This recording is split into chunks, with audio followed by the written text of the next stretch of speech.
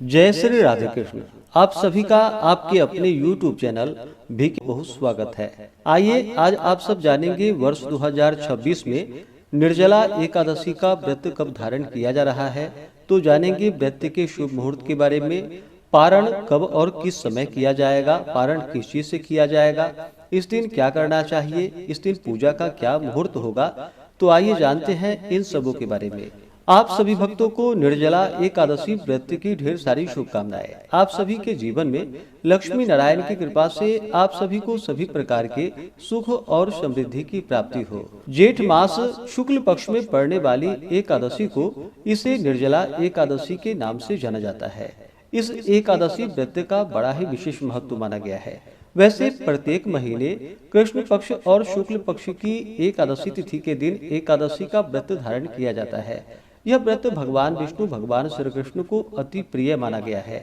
वर्ष में 24 एकादशी का व्रत होता है।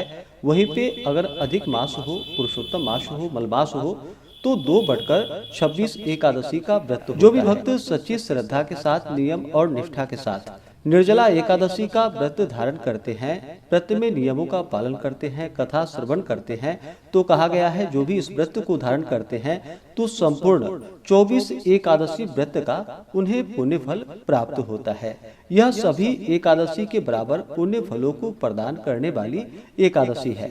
इसे धारण करने से व्यक्ति के सभी प्रकार के पाप और ताप नष्ट होते हैं, सभी प्रकार के सांसारिक सुखों की प्राप्ति होती है और अंत में भगवान विष्णु के धाम की प्राप्ति होती है। निर्जला एकादशी का व्रत जो कि बड़ा ही कठिन माना गया है। निर्जला यानी कि इस दिन दिन और रात्रि निर्जला रह करके बिना अन्न और बिना जल का इस व्रत में रहा जाता है। केवल आचमन को छोड़ करके एक बूंद जल भी ग्रहण नहीं करना चाहिए। जो अस्वस्थ हो, जिनका स्वास्थ्य सही ना हो तो फलाहार आदि ग्रहण करके व्रत को धारण करे। लेकिन कहा गया है व्रत जो कि जहाँ तक बन सके निर्जला रह करके व्रत को धारण करना चाहिए। जेठ मास शुक्ल पक्ष की एकादशी तिथि प्रारंभ समय 24 जून 2026 दिन बुधवार शाम 6:13 और एकादशी तिथि की जो समाप्ति है वह 25 जून 2026 दिन गुरुवार रात्रि 8:10 पे एकादशी तिथि की समाप्ति है। तो सूर्योदय व्यापनी के अनुसार द्वादशी युक्त एकादशी का व्रत सभी भक्तजन अस्मार्त हो या वैष्णव हो, सबों के लिए 25 जून 2026 दिन गुरुवार को सभी भक्तजन व्रत को धारण करेंगे। व्रत पारण के लिए कहा गया है व्रत का पारण द्वादशी तिथि में ही करनी चाहिए और हरिवासर समाप्त होने के बाद करना चाहिए। हरिवासर का समय द्वादशी तिथि का पहला चौथाई हिस्सा हरिवासर का होता है। तो द्वादशी तिथि प्रारंभ समय 25 जून 2026 दिन गुरुवार रात्रि 8:11 और द्वादशी तिथि की जो समाप्ति है वह 26 जून 2026 दिन शुक्रवार रात्रि 10:24 पे द्वादशी तिथि की समाप्ति है। तो हरिवासर की समाप्ति जो कि 26 जून की सुबह 2:44 पर हो जाएगा। ऐसे में सभी भक्तजन व्रत का पारण 26 जून 2026 दिन शुक्रवार को व्रत का पारण करेंगे। पारण का समय सुबह 5:41 से सुबह 8:25 तक व्रत का पारण किया जाएगा। निर्जला एकादशी व्रत का पारण तिलेन पारणम। व्रत का पारण तिल से है, तिल ग्रहण करे। यह संभव ना हो पाए तो आप जल, फल या तुलसी दल से व्रत का पारण करके उसके बाद फिर भोजन आदि ग्रहण करें। 25 जून को ब्रह्म मुहूर्त का समय सुबह 3:34 से सुबह 4:22 तक होगा। सूर्योदय का समय सुबह 5:10, सूर्यास्त शाम 6:52 होगा। 25 जून को राहु काल का समय दोपहर 1:43 से दोपहर 3:26 तक होगा और राहु काल समय 26 जून को जो कि सुबह 10:18 से दोपहर 12:01 तक होगा। राहु काल समय के दौरान कोई भी शुभ कार्य या नया कार्य नहीं करना चाहिए, इस बात का ध्यान रखें। अभिजीत मुहूर्त का समय 25 जून को सुबह 11:56 से दोपहर 12:52 तक होगा। प्रातः काल पूजा का शुभ मुहूर्त सुबह 4:59 से सुबह 6:30 तक होगा। शाम को पूजा का शुभ मुहूर्त शाम 6:42 से रात्रि 9:16 तक होगा। 25 जून को रवि योग भी बन रहा है जो कि सुबह 5:25 से शाम 4:29 तक होगा।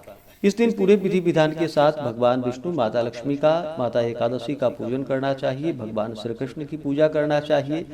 इस दिन भगवान का जल से अभिषेक करें, पंचामृत से अभिषेक करें, शुद्ध गंगा जल से अभिषेक करें, भगवान को पीला वस्त्र चढ़ाएं, यज्ञोपवीत अर्पित करें, फिर जल से आचमनी करवाएं, भगवान को पीले पुष्प, पीले चंदन अर्पित करें, पीले पुष्पों की माला अर्पित करें, फिर धूप और दीप दिखाएं, अनेक प्रकार के नैवेद्य आदि भगवान को अर्पित करें।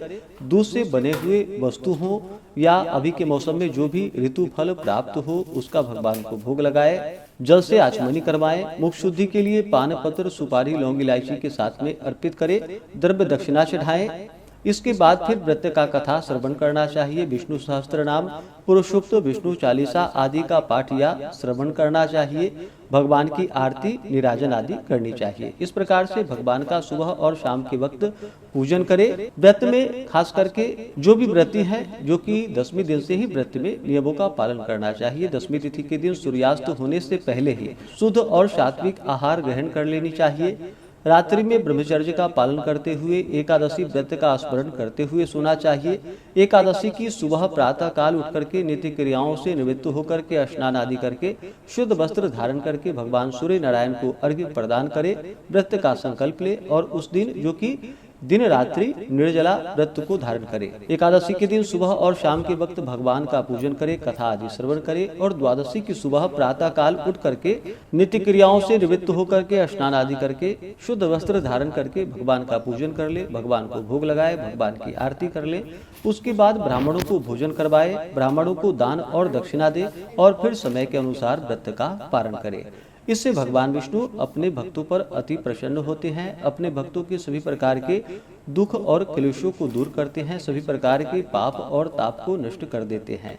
जो भी व्रती है, व्रत के दौरान शुद्ध और सात्विकता का पालन करना चाहिए, ब्रह्मचर्य का पालन करना चाहिए।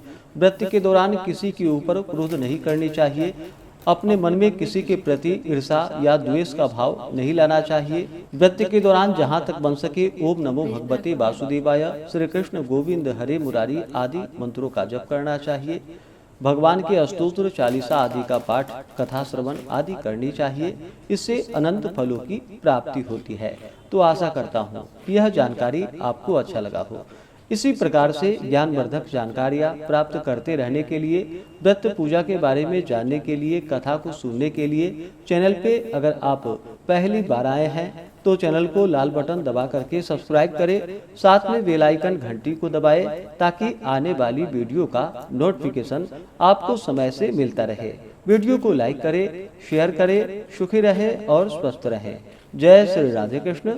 धन्यवाद।